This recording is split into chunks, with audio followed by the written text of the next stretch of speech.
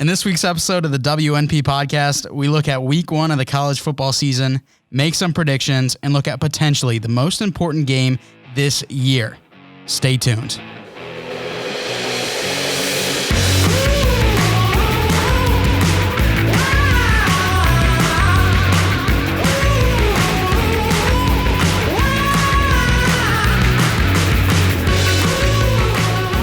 Episode 110.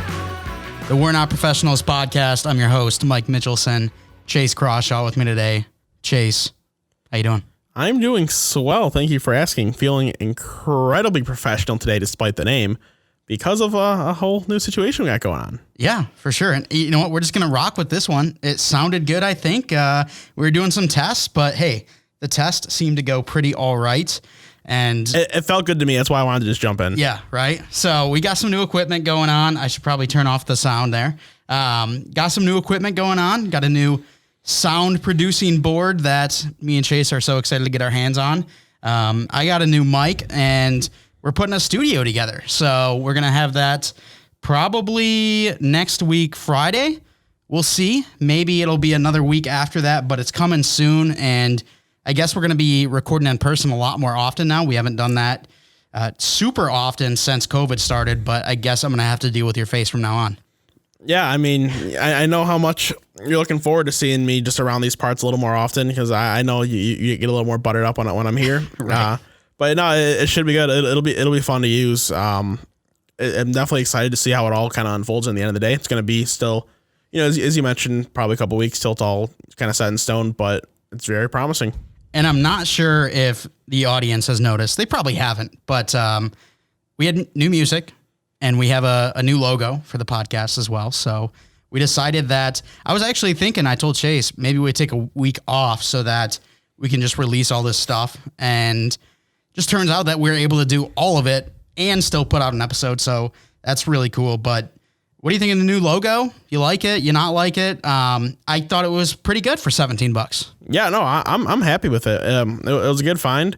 I don't know if we're just sticking with that. You didn't send over a Bolts broadcast logo, right? You just sent over this logo. Yep. Yeah. I only asked for a WNP logo. I like our Bolts. We can upgrade eventually if we want to. Yeah, just making sure because you didn't tip the lady, so we couldn't reuse her again if we want our Bolts broadcast. Well, we could. No, she'd tell you to get bent. She realized you didn't tip her. Well, what I do is I just go back in, I tip her, and then I'd hit her back up and be like, hey. But no, yeah, I'm happy with it. Hopefully the viewer, the listener, sees it, notices it, and enjoys it as well. And what I'm really hoping for with this, the whole new setup, this is the first time we're doing it in person, so there is probably going to be a couple of issues here and there. Maybe it doesn't sound the greatest right off the bat, but what I'm hoping is that everything sounds super seamless. I don't have to go inside the audition and line up our tracks and we'll hear echoes from the other person and everything like that. So hopefully that's not the case with this new soundboard and it goes super seamlessly. But this week on the 110th episode of the WNP podcast, going to be doing a little college football talk. You heard in the intro that going to be looking at the week one schedule, hop into possibly the most important game all year. But first, Chase, we do got to talk a little bit of news. I think we should briefly hit on the Bishop Sycamore case. We talked about it on the Bolts broadcast, so if you want to hear our full thoughts on it, you can check out the Bolts broadcast. But we did think it was necessary to talk about it as we are talking football. It was a pretty big football scandal. It was a hilarious football scandal is the word you're looking for because it was just utterly hilarious that ESPN and really anybody involved with this whole thing was able to get fooled by it. And more details are just coming out every day too. So we share a lot of the details on the Bolts broadcast in case you haven't seen the story by now. I'm sure if you're listening to this show, you have. But anyway, pretty much this school out of Ohio is supposed to be branded, a prep school like the IMG of the Midwest. And sure enough, they play IMG Academy on Sunday on ESPN. They get that game on TV and come to find out, oh, okay, this isn't really a real school. We know nothing about these players. We were promised all these top prospects, and they look like they have never played a down football in their life. This is all just a joke. And it really was comical because, this team of high schoolers at IMG was beating a bunch of guys that were in their like mid to late 20s, maybe even in their 30s, and they were beating the hell out of them. I think the final score is 58-0. Yeah, it was 50. I couldn't remember if it was 55 or 58. Yeah, something like that. It was a pummeling, and I was watching Urinating Trees video today about it, and we mentioned him in the Bolts broadcast to go check out his video. I think we should do that here too. So if you want to know more about it, we're not going to go into full details, but if you want to learn more about it, go check out his video. Apparently, the 3 guys that were in charge of this scam were in charge of a very similar scam back in 2018. They got caught, but yet they were able to do it again. I don't understand, and I don't know what happened in 2018, but I know this team did play IMG in like 2019 or 2020 as well. So like they've played IMG before, that they've gotten to the point where they have somehow and have lasted as long as they have. It's like a real but fake school. They don't really have campus or anything like that. So I don't know what this other situation was that you're necessarily talking about, but the fact that in the modern day, you know, the 2010s, now we're in the 2020s, that you're somehow pulling this off, it's kind of impressive. Yeah, and that first scam ended because players were stealing food from grocery stores because they weren't getting housing, they weren't getting food, they weren't getting anything that a human needs. So good. Yeah, so that's how the scam ended that time, and now we see it end this time, and who knows what's going to happen with the whole situation. But we now want to talk about Tate Martel, our favorite college football darling, Ohio State quarterback, turned Miami quarterback, turned UNLV quarterback. Yet he's not quarterbacking for anyone because he just can't seem to become the starter for any of those teams, including UNLV, with him not cracking the initial depth chart for week 1. I really don't understand how this happened. So he was a 5-star coming out, right? Not a 4-star, 5-star, correct? Yeah, it was 4 or 5. Regardless, I know for a fact he was not lower than a 4-star. So the fact that a 4-star known athlete type of quarterback, he is definitely an athlete type of quarterback, but he's the type of quarterback that has a lot of success at the NFL level, or the NCAA level, as long as all the right traits are there. The fact that this guy goes from 4 to 5-star to not even be able to crack the depth chart at UNLV when you're 22, 23 years old, however old you are right now, that is just embarrassing. I mean, the fall that this kid has had has been tremendous. All the way, you know, we've talked about it before in old WNP episodes, all the way from the fall from grace at Ohio State, calling out Justin Fields, just immediately dip, and then lose any chance of starting there in Miami, trying to become a wide receiver, getting a game of it, and then realize, oh my God, he's horrible, pull him out. Now he goes to UNLV, can't even start at quarterback there. It's just, I literally cannot believe it. It's like another type of thing that feels like it would happen in some like drama about, you know, some like some show about some college football kid who things just keep going down for him. Then all of a sudden something hits and he becomes a superstar. It feels like all that's happening without the superstar part. Yeah, he was a 4-star. Okay. He was the number 2 dual threat in the nation when he was coming in. Number 2 player out of Las Vegas. Had a Netflix show about him that, QB1? QB1, yep. Yeah, and it really has not worked out for him. The fact that he's not able to start at UNLV really says something.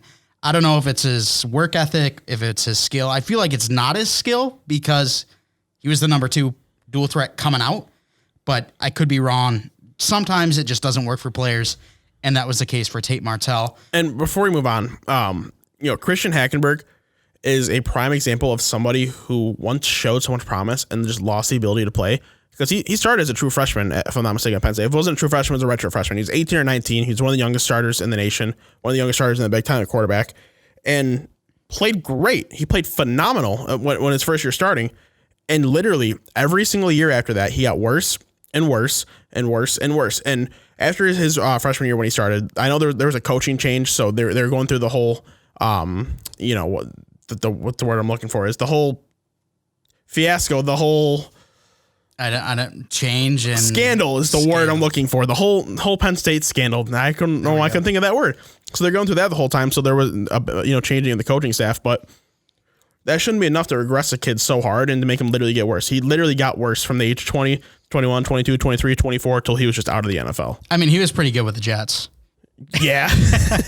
And Chase, scandal is written on the sheet right down below new pod equipment on Bolts broadcast. So rip. That's tough. Before we hop into the South Carolina news, I did see you took a sip of your beverage. What are you drinking over there? I am drinking and you're digging it. This root seltzer. It tastes like they Went out back. seltzer. Yeah, it tastes like they went out back and Oh. grabbed some roots, ground them up, and threw them in a seltzer and threw it to you. It is peach, pear, Michelob Ultra seltzers, and they should never make these ever again. And I'm drinking a spicy pineapple Michelob Ultra Seltzer. Hey, I tried the peach pear. I thought it was pretty good. The thing is, with these seltzers, I've noticed is I actually like the flavor. You might not. That's fine. But the flavor is like 3% there. Like almost all of it is just seltzer water. And then you get a little hint of flavor, which I'm not the biggest fan of. I'd rather go like a Truly, but it's in the fridge. It's a nice mix. It's like, legitimately, if they, you get your coffee filter upstairs, Right. It's like you literally put in dirt, instead of pouring water in there, you pour in like seltzer water, and then you're drinking it. That is literally what this tastes like. I can't agree with that because I've had that one. I think it's pretty good. Yeah, I'm going to pass. I will never have this again. I'd give it like a 6.4 out of 10. That's pretty good. A 0.3. 0.3. Okay. That's good. All right. Let's move on to the South Carolina situation. A coach is starting at quarterback this week for South Carolina. Have you heard about this, Chase? I have. I don't remember the dude's name. I got it for you. Okay, you got it? Go for it. It is Zeb Noland. Yeah, so his situation, it's a bit unique because you can't just go and throw a coach out there. But he is a grad assistant, so he still has a year of eligibility technically, so he's able to go out there and start. This one actually feels like the beginning to some crazy Netflix documentary movie type thing. It's kind of cool if he can go out there and like actually play decent. Like you got to keep him rostered at that point, right? Absolutely. And Luke Doty, their starting quarterback, he was dealing with a left foot injury. Coach came out, said he should be good for week 2. But Zeb Noland, grad assistant coach, he is going to be the starter. Got a question for you. Do you know where Zeb Noland happened to have played last year?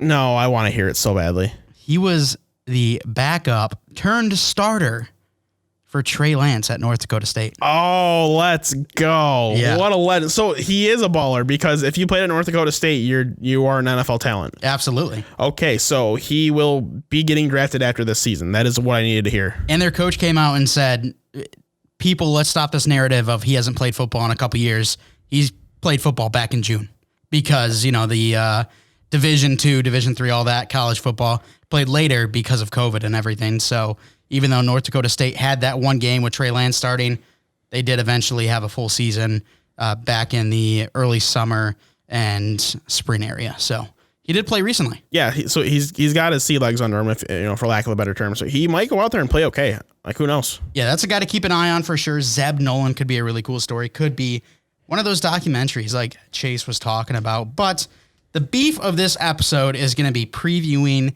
the week 1 of games for college football. We had games last week, but that was week 0. That's not officially week 1. So get that through your thick skull if you think otherwise. Tonight, Thursday night, we have Ohio State at Minnesota. That game will be done by the time you're listening to this. North Carolina at Virginia Tech is on Friday night. And then we want to talk about the 5 ranked head-to-head matchups on Saturday with Georgia Clemson. The 5 and the 3 seed. We'll end the episode with that. But we'll start with Ohio State at Minnesota. Number 4, Ohio State. Minnesota's unranked. It's an 8 p.m. game, Thursday night. I don't really think this is really going to be too much of a competition, but at the same time, it's our first really look at a big school going against a division rival. Yeah, I don't think there'll be much of competition either. Once Tate Martel goes out there and throws for 600 yards, you're going to see that Minnesota won the game 70-0. It really should not be much. If CJ Stroud is everything that he's made out to be, they're going to be just fine because Ohio State has everything else in place. They have maybe the best receiving core in college football right now.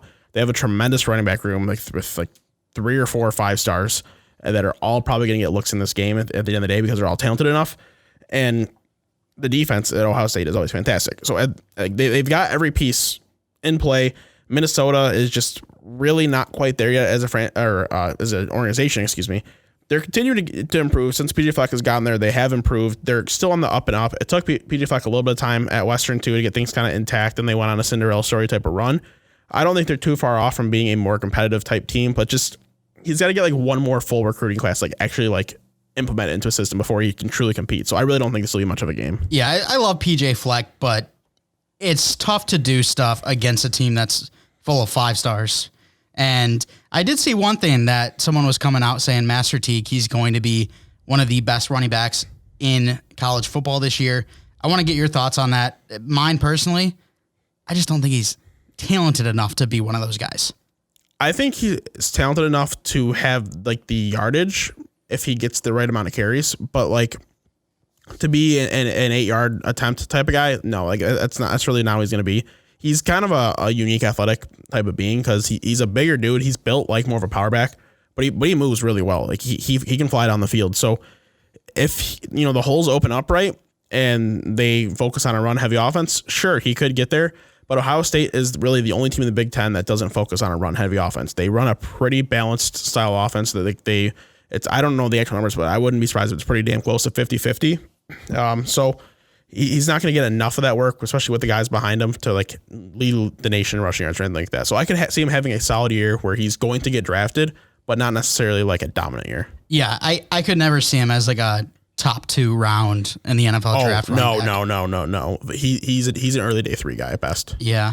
And then looking at the depth chart for week 1, when I'm looking at quarterbacks, I was hoping to see Quinn Ewers on here. Not in the top 3 quarterbacks.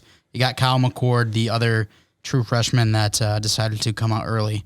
He is the 3rd quarterback. But, of course, C.J. Stroud, we thought he would be the starter. It was announced, I think, last week or maybe 2 weeks ago that he would be the starter. So, going to be exciting to see what the Ohio State Buckeyes are going to be able to do. Ryan Day coming into his, 3rd year now? I think so. I'm thinking he's probably going to have another super successful campaign unless a team like Wisconsin, Michigan, or maybe Indiana can step it up. So yeah, I don't know what their schedule is off, right off the top of my head, but there's probably really only 1 or 2 real like competitions in the season at the end of the day, and Ohio State tends to win those competitions anyway. So this could be a team that is borderline undefeated, if not actually undefeated. Absolutely.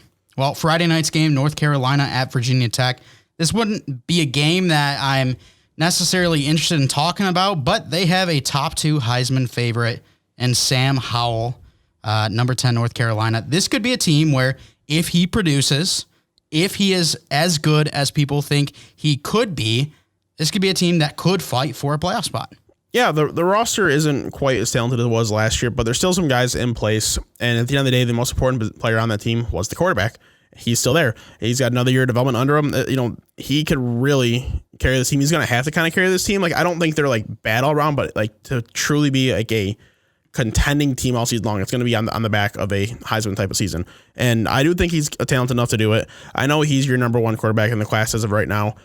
He probably is it's between him and Spencer Rattler at the moment. It's kind of close for me, closer than it is for you.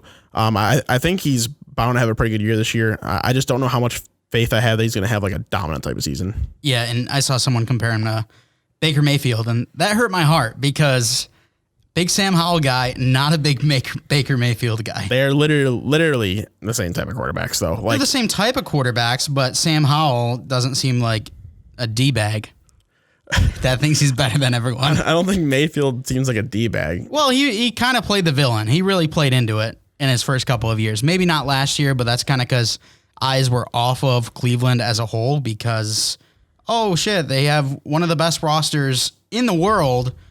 They need to be able to do something with it, and they finally did. So eyes kind of came off them a little bit. I don't know. I always thought like I was pretty much higher on Baker than I think anybody else in our friend group. I don't think he's some like world beater type of quarterback, but I do think he is someone who I would very much trust starting every single game for me.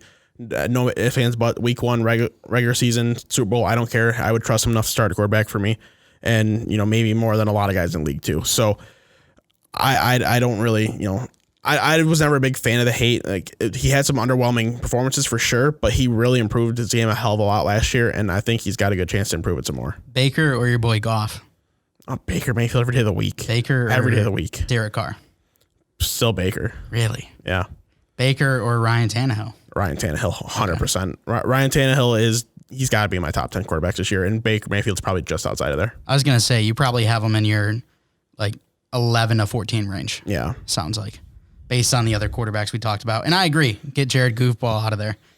I'm not going to say I never did because a couple years ago I was higher on Jared Goff than a lot of people were too. And I had him kind of in that range. But like the last few years, Jared Goff's not been in that range for me either. Yeah.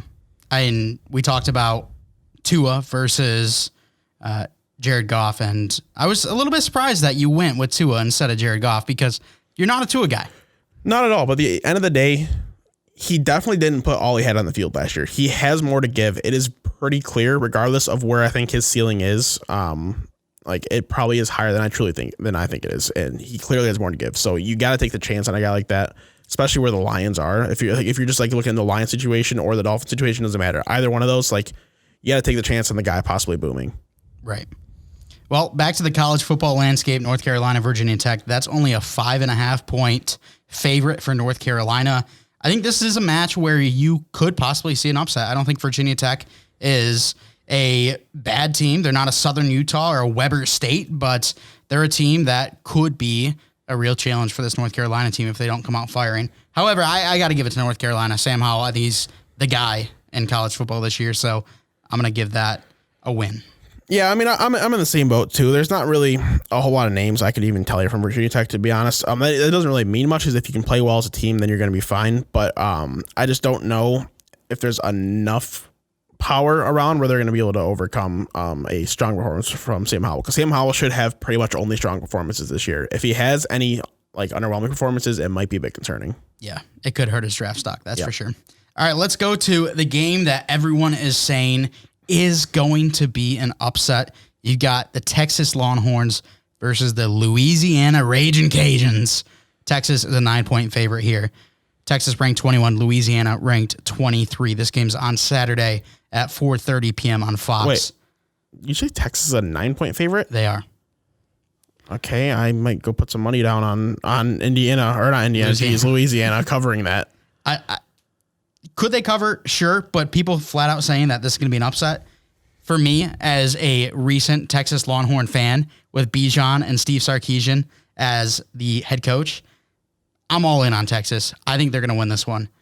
But you're telling me Louisiana only has to lose by 8 or less in this game? That's so that spread is too wide for me. Like I very well might go put money on after that when we're done talking here, because I think that's an easy hit for Louisiana there. Whether they win or not, I still think that just that spread is easy to hit. I think it'll be a closer game than maybe you think it is. I don't know how close you think it will or won't be. I think it will be definitely within that margin. You know, maybe a 3 to 7 point game type of range.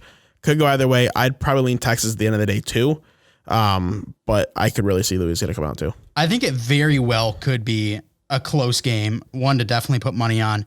The reason I'm not interested in putting money on it, aside from the fact that I'm not a compulsive gambler like you, is the fact that we have never seen a Steve Sarkisian-led Texas team. We've never seen a Steve Sarkisian-led team in general. We've seen a led offense in Alabama, but I think that if he can give Bijan 20 to 25 carries, that chews up clock, and I think Bijan's talented enough to just gash this Louisiana defense. So it could be a 14-point game. In college football, in this type of match where like it's going to be like this close enough, it is close enough in talent. For a coach's first game, I'm not going to lean in favor of the coach. I'm going to lean in favor of the team that has the experience, that has the systems in place more often, and that's Louisiana at this point. Even though I do like Steve Sarkisian a lot, I think he's someone who's very due for this job, and he's going to end up doing very well. First game, there's always adjustments because, there's confusions on some signals because everything's brand new, some play calls, everything's completely new. So there's going to be mess ups. Yeah, I could see that. Just Bijan. Just Bijan. It's just Bijan. All right. So what is their schedule length this year? Are they playing a full 12? Let me see. I'll check that for you right now. They've got 1, 2, 3, 4, 5, 6, 7, 8, 9, 10, 11, 12 games. Okay, so... And then the Big 12 championship. All right, yeah, so before we just say regular season first 12 games, since they're going to go like 7-5 and not make the championship. Okay. How many 100-yard games of total yards does Bijan Robinson have? How many 100-yard games in those 12 games? Yep. 9. You know what's crazy? That's your exact thought? I think he's going to have like 11. I think like very well could be. I think the only way he like doesn't is in a close game where they just can't get anything figured out and they have to pass the ball from the beginning. But like they're going to run the ball for the at least first quarter and a half, and he's the dude. He's going to get a lot more work than he did last year. I'm trying to see who they're playing So they play Oklahoma October 9th. They play Iowa State November 6th. Kansas State and Baylor, they got decent defenses, but yeah, I mean, the schedule is favorable because they play in the Big 12. And the Big 12 isn't known for their defenses, that's for sure. So it very well could happen. I think it was either 5 of his last 6 games or 4 of his last 5 games. He had 100 yards. Yeah, and just say this. So, even we talked about it. I'm a little higher in Tank Bigsby than I am Bijan Robinson right now, even though it is close. I have kind of similar type of thoughts for Tank Bigsby too, but maybe a little less production because he's in the SEC. Yeah, for sure. But I still think he can have I think he's going to surprise people this year. I bet on 6 or 7. Yeah. That's safe. Not the same numbers either, but production compared to talent, I think he's going to surprise people this year. Legitimately, Bijan, he averaged 8 yards a carry last year, and I think he easily can average anywhere from 6.5 to 9 this year. Anywhere in that range, if he gets 10 rushes and 2 targets a game at the minimum, or I should say 2 catches, 10 rushes, 2 catches a game. That should be 100 yards from right there with those numbers. Anyways, that should be such an attainable thing for him. The offense needs to run through him. I'm excited. He's a beast. I was watching Joe Klatt's top 10, or was it top 5? I think it was top 5 Heisman rankings, and he had Bijan at number 3, which I loved because if you listen to our last college football episode, you know that I said he's not really a sleeper, but at the same time, he needs a lot more love. So that's why he was my sleeper pick. But let's move on, Chase. Let's go over to the 2 Big Ten matchups. We'll start with Indiana versus Iowa. This is a 3:30 game. Iowa is favored by 4 points, even though Indiana is ranked 17. Iowa is ranked 18. I mean, they're so close in the rankings, and Iowa's the home team at the end of the day, so that's not too surprising that they're the favorite. I thought it might be more of a pick 'em or maybe point and a half or something. Yeah, something closer. But yeah, I mean, I could really see this one going either way. It's 2 rosters I think that are in kind of similar positions where they're top 25 teams, especially coming into the year 100%. They deserve to be ranked where they are. But how much damage are they going to actually do in season? Going against the Big Ten, they're going to obviously do just fine. But it's not they're not really 2 overwhelming teams for me either. So I think it should be an entertaining game. It's going to be Big Ten football. Big Ten football is not the most exciting thing at all times. It can be kind of slow paced, run the ball, stuff it. But I would probably lean Iowa in this game, just being the home team. Give me Indiana. Give me Michael Penix Jr. I think I talked about it on the college football episode. This could be a team with 17 of their 22 starters returning and their quarterback, their leader, returning as well. I think this could be a really scary team to look out for. So I think right off the bat, Iowa takes a loss at home. It'll be a fun one to watch regardless. The other Big Ten matchup, Penn State versus Wisconsin. This one is in Wisconsin. A noon game on Fox Saturday. Wisconsin favored by 5.5. Wisconsin's favored by 5.5, you said? Yep. Wisconsin's 12th. Penn State is 19th in the rankings. That's a weird spread. 5.5 points is a little funky, but that is fair. Penn State last couple seasons has been a little underwhelming. They've had talented players in, but just as a team in general, they haven't kind of produced to where their expectations are for, at least historically at least in the 21st century. But they're a team that's a good candidate to kind of bet on to get back to where they are. The team is getting older. They're a bit younger. So a couple of their studs left on defense, but the team is older for the guys that have stayed around. It's a solid offense, solid defense as always. But I think I'm going to lean Wisconsin this one. I think it could be a pretty close game. I don't think it's going to be one where either team kind of takes a quick lead. Just another one. I'm going to kind of lean the home team, kind of lean the higher seed on this one, but it should be a good game. Wisconsin usually dominates the trenches, and when it comes to really any football, I was going to say college football, but really any football, if you dominate the trenches, you're most likely going to get that win. So I got to go Wisconsin as well for this one. I'm just looking at Wisconsin's depth chart because I was who's running the ball? I have no idea who's running the ball for them this year. So I got to look. They only have 2 running backs listed and then 2 fullbacks listed. Are they running some 80s football here this year? They might be. Love it. I've got no idea. And it looks like they only have 2 players listed at every single position. Oh, yeah. I didn't even pay attention to the rest of that. Yeah. So I'm not sure what's happening with them. The one thing I'm very interested in is the quarterbacks. I didn't pay too much attention to Penn State and Wisconsin football last year, but I remember Wisconsin, they had Jack Cohn. He's not there anymore. Jack Cohn has gone to, why can't I remember the team?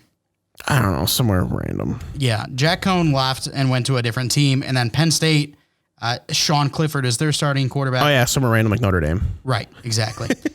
And Graham Mertz is the starter for Wisconsin. So. Yeah, and if I remember, like, Graham Mertz is someone who offers some, like, upside, some, like, potentially where he could come out and actually produce. I don't really know much about his film. I've never read or, like, seen much about him, but I have read a little bit about him. So he could be someone who comes out and surprises kind of day one. All right, Chase, let's talk about the Miami game. And I call it the Miami game because that's who's going to win it. Alabama versus Miami, a 19.5-point favorite for the number 1 Crimson Tide, 3:30 game on Saturday. I'm going to find an alternate line where the spread is closer and the odds are more in my favor and hammer Miami in that, because that is a joke. Because I agree. I legitimately think I was joking when I said that. I legitimately think Miami can come out and win this game and upset the whole college football season. I talked about that in our last college football episode. I think if it happens, we're going to be crazy. But it is my favorite upset of the week. It is legitimately my favorite game to be upset of the week. I think Miami's roster is underrated. I don't think Derek King gets the respect that he should. He's a ridiculous runner. He has a good arm. He can throw the ball. He can place it where he needs to. He can throw it over defenders. He doesn't have an issue throwing the ball, and he just offers a Lamar Jackson type of running style where that is hard to contain. He's going to lead the team in rushing. He's going to lead all quarterbacks in the nation in rushing. He might lead all quarterbacks in just like total yards. He might lead the nation in touchdowns too. It's going to be an explosive offense in Miami. The real upside of the week is going to be Western Michigan over the University of Michigan. I hope so. That'd be funny. That would be funny. But no, I agree. De'Aaron King against Bryce Young, that's going to be a quarterback duel you're not going to want to miss. A 3:30 game, like I said, it's going to be one that's going to be on my TV. I'm going to be glued to my seat, going to be watching it. It's going to be a fun game. Both guys are good dual threats. I just don't think Miami is going to be able to keep up, because I think Bama, they've got a good chance to score every single drive.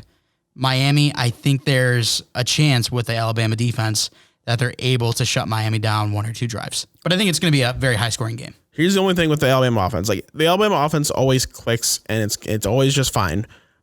But, like, the whole starting core is different. The receivers are all different. Like, it's John Mechie, yep. And then a true freshman was just announced as like a co-starter on the outside too.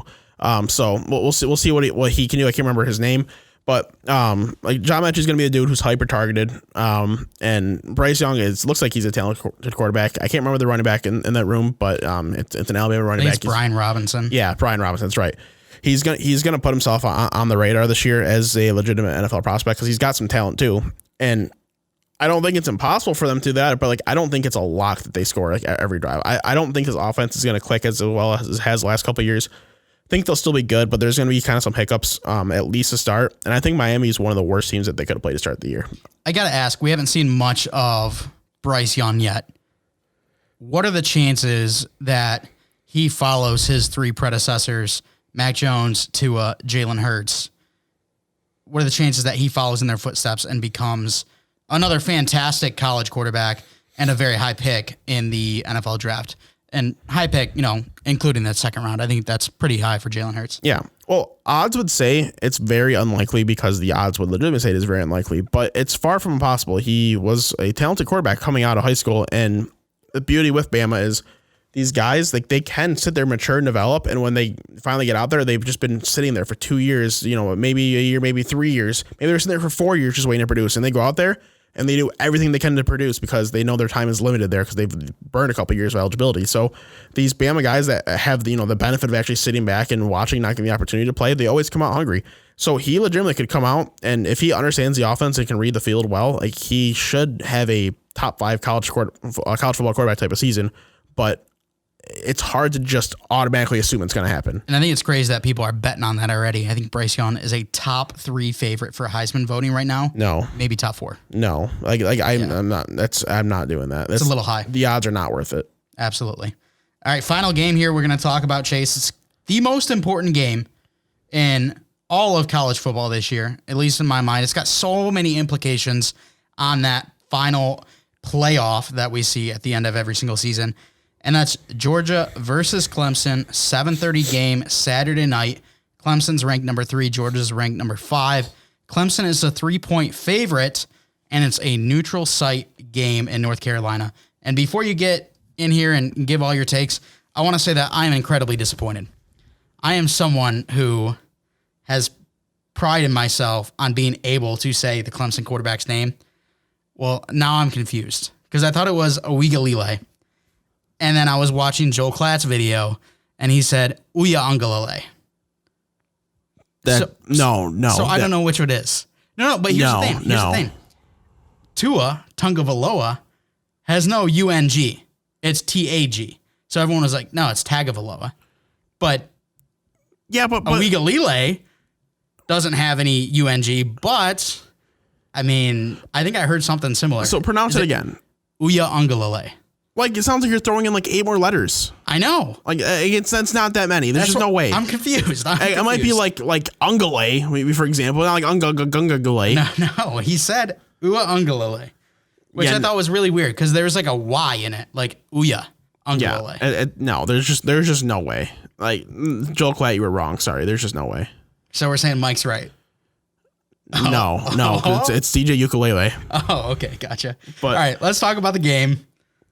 It's going to be a good one. It's going to be super entertaining. Clemson is obviously, they play in the ACC. It is for lack of a better term, underwhelming conference. They're really the main threat out of there, and they kind of really just exist to play like disturber for all the SEC teams that they end up playing throughout the year. So they start off with Georgia. If Georgia loses, it throws their chances of playing in the SEC title game out the window, unless everybody just loses, because that's the way it goes in the SEC. So Georgia's going to have to play their ass off because they don't want their season to be over literally when it starts. This is going to be probably one of the hardest games you've ever seen Georgia play. JT Daniels is finally allowed to be the dude. He's going to go out there. He easily could throw for 300 yards in this game. Very easily, like piece of pie, no problem. I think both these quarterbacks might throw for 300 yards. I think this might end up being a higher scoring game than some people might expect. I don't want to say it's going to be quite a shootout, but it's going to be a lot more offensive than defensive. It's going to be super entertaining. I am going to lean Clemson at the end of the day. I just got a little more faith in that offense. I think Georgia can come out and do well, but I think in order for Georgia to win this game, they're really going to need their running backs to produce too, and we don't really have a guy in the running back room yet. Well, Mitch Sr. is not going to be happy with that answer. I know he's not. He is not going to be happy. He's listening. This is going to be a great game. We've said that, but this one's a really tough one for me to pick because when I look at the confidence I have in the quarterback position, let's go quarterback plus coach. Okay, if you add those two together, I have more confidence in Georgia. I like Dabo Swinney a little bit better than Kirby Smart, but what we saw from JT Daniels last year when he finally got the helm, it was fantastic. Like, he looked amazing. And DJ, what do I want to say? Ukulele. Uiagalelei. Ukulele. When we saw him last year, he had some good moments for sure, but you could tell that he was a freshman. There were freshman moments from him, even though he's a great prospect. So I am more confident in the duo of Kirby Smart and JT Daniels. However, the one thing that really scares me is, one, injuries. When you look at Georgia's injuries, George Pickens out, Dominic Blaylock out, Darnell Washington, their big tight end, out. That scares me a little bit. I think the passing game still going to be good, not as good as what it could be. I did get a little insight from the source that freshman Brock Bowers at tight end, I think he's 6'3", 240, but runs a 4.4. There we go. And has a 40-inch jump. There we go. So 40-inch vert. So he literally is Eric Gilbert, just younger now. Yeah. So I heard that he's a guy to watch out for coming into this game. And with Darnell Washington out with an injury, this is a guy that really has a chance. So is Eric Gilbert playing? Do you know? Eric Gilbert is playing. So they're gonna be running some 12 personnel here. They're gonna be running some 2 tight end sets with 2 move tight ends out there. That's gonna be fun. Well, they got Eric Gilbert as their wide receiver. They probably play him a receiver actually, because I forgot he kind of transitioned, was gonna play more of like a hybrid type of role. Yeah. So it's a little disappointing, but still, nonetheless, it should be pretty exciting to watch. And I'm excited to see how they use Kendall Milton. He's a sophomore now. We saw him a little bit last year. I think he needs to get into the mix more now because Zamir White, James Cook, they're both fourth-year players. Cook a senior, Zamir White a redshirted junior. These are guys that we've seen a lot from. We've seen that they can be helpful. Are they going to be the guy, though? From right now, I think no. Kendall Milton, he could be that guy. I think we need to see more from him. I've got a lot of faith in Zamir White. I'm one of the more faithful. Heisman favorite? Not Heisman favorite, okay. But like... a sleeper, though. No, like I think I don't think he's a sleeper either. I think he's gonna have a better season than what you might think, and like I think he's had a good chance to rush for 1,000 yards, put it that way. And I don't think he's gonna do it on a high volume total because every running back in the room is going to get touches. It's just bound to happen. We know James Cook's going to be in that third down receiving type role anyway. That's a lock. So, he's going to get work there. So that's what work's going to be taken away. Kendall Milton's going to come in on some first and second downs as well and spill some of his work. So Zamir White's going to have to be a little more efficient, and I think he will be. I think all these running backs could like easily just average like 6 yards a carry this year.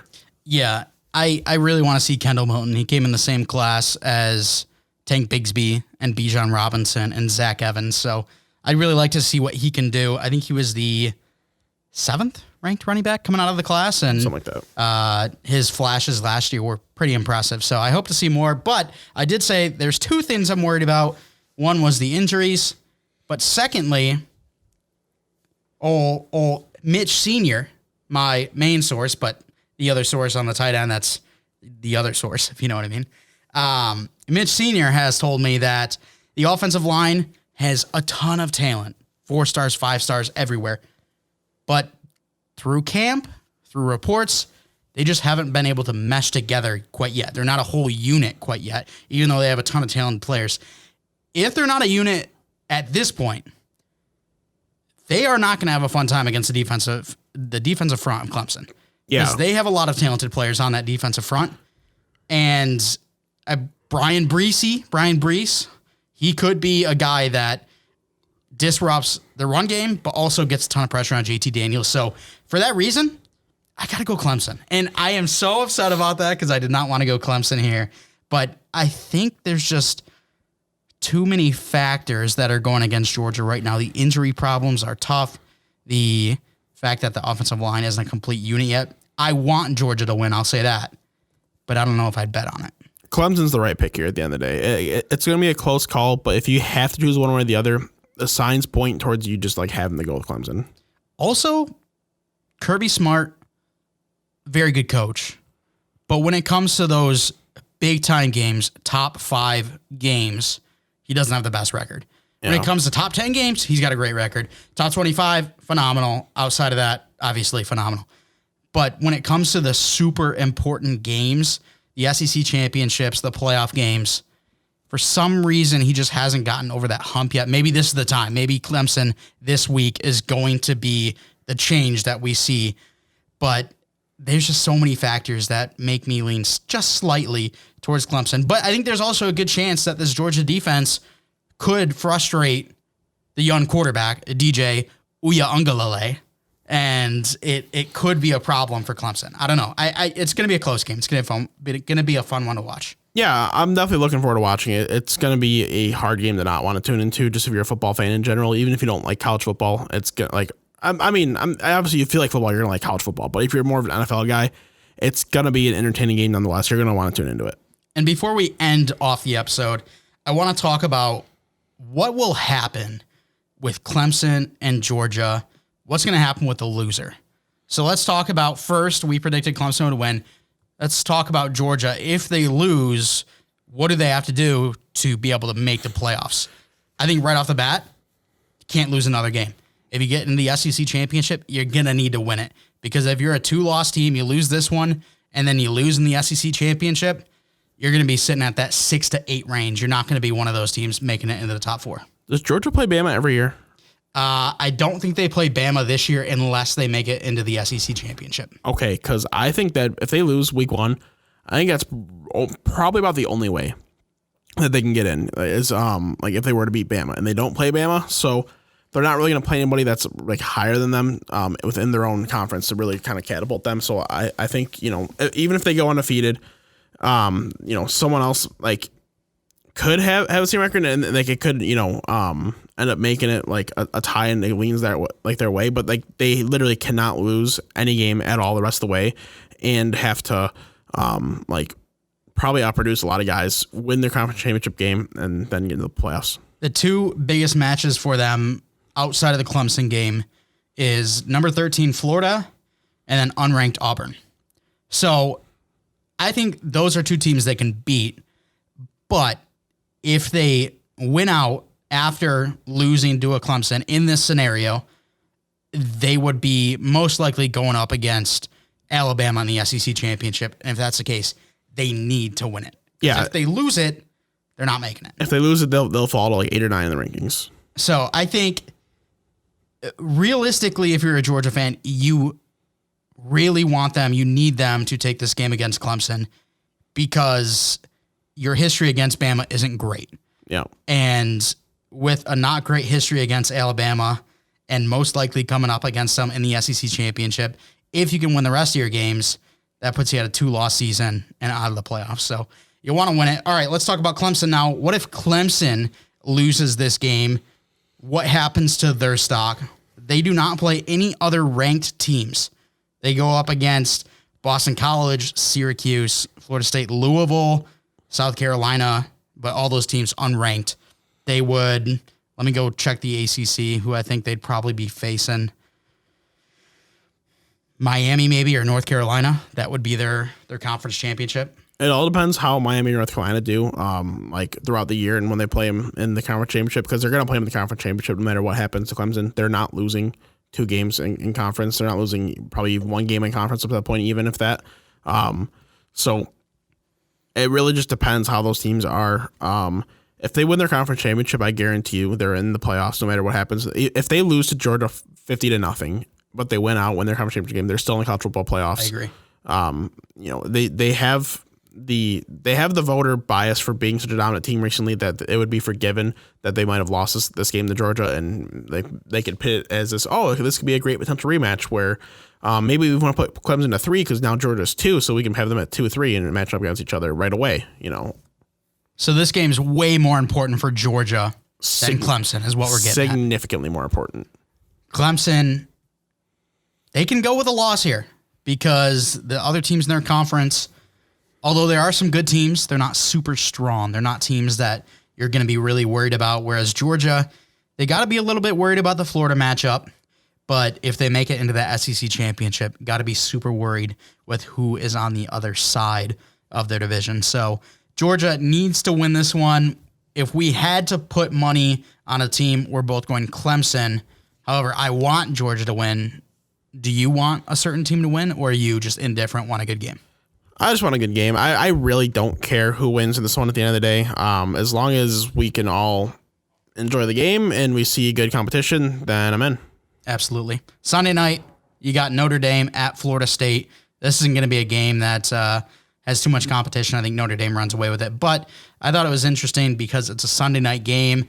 The last time a Sunday is going to go without professional football as the NFL starts next week. And we'll be talking about the NFL schedule when we come back next week, next Friday. Maybe we'll move it to Thursday.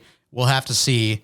But that is going to do it for this episode. Chase, any final thoughts on our first little episode with all the new equipment and all the new fun stuff? Not too much. It went pretty smoothly. I still sound weird to myself.